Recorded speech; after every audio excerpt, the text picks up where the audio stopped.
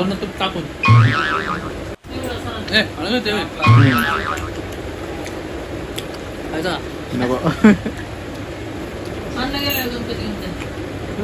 तुम्ही काय बनवते आज? मोदक गणपतीचे.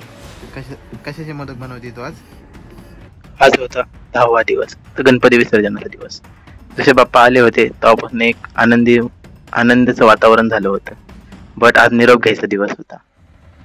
गणपती येऊन 10 दिवस झाले तरी अजून काय मोदक खाल्लेच नव्हते. मग काय आपल्या मम्मीला सांगितले मोदक बनवायला.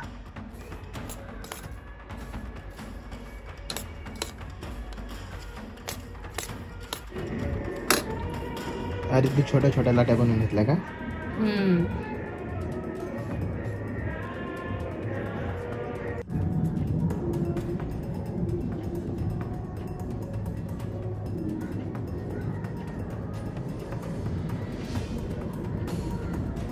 असं बघू शकता तुम्ही मोदकाला कसा आकार देऊन घेतलेला आहे.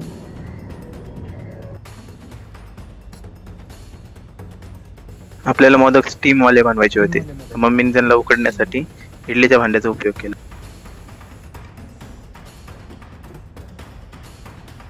आणि फायनली प्रणव शेठ आपल्याला घ्यायला आले. मग आपण गेलो त्यांच्या घरी. का आता आपल्या घरी आपण गणपती बसत नाही म्हणून प्रणव शेठच्या घरी आपण गणपती विसर्जनासाठी जाणार होतो. आज येऊन पोचलो प्रणव शेठच्या घरापाशी. तर पहिले फर्स्ट ऑफ ऑल बेल वाजवली. त्यांच्या मम्मीने दरवाजा उघडला. मग घेतलं पहिलं गणपती बाप्पाचं दर्शन. आता तुम्ही डिस्कशन आहे का फक्त? अरे म्हणजे कोण पाण्यात ते व्यवस्थित बुडवत नाही. नाही ना, ती काय म्हणतोय की ते आंघोळ करतोय. ते काय करतात साईडलाच ठेवते. हे आक्या हो. काय हे आम्हाला ते बुडून काय सांगू नका. मग शेटला फोन करा. नाही आमच्या घरी लय पाणी. शेटला बोलवलं शेटला. अरे शेट का आम्हाला गेला सकाळीच मी त्याला विचारलं. चला तुम्ही बुडवायला फक्त माझ्यासोबत. मग काय काय प्रणव शेठच्या फॅमिलीने बोलून त्या लावलं मला बलिदान. लास्ट मलाच उतरवणार होते वाटलं पाण्यात. मग पहिली घेतली आरती करून.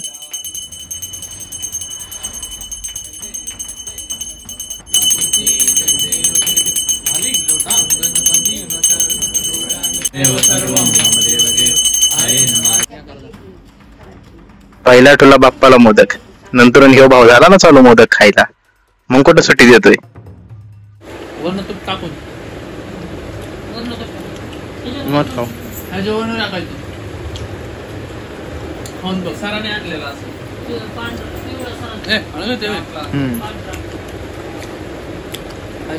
नको.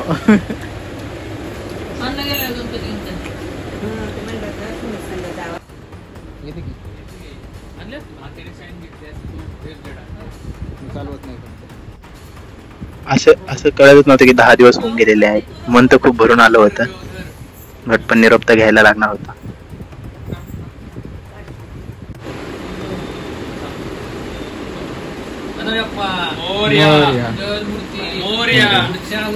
लवकर या. असं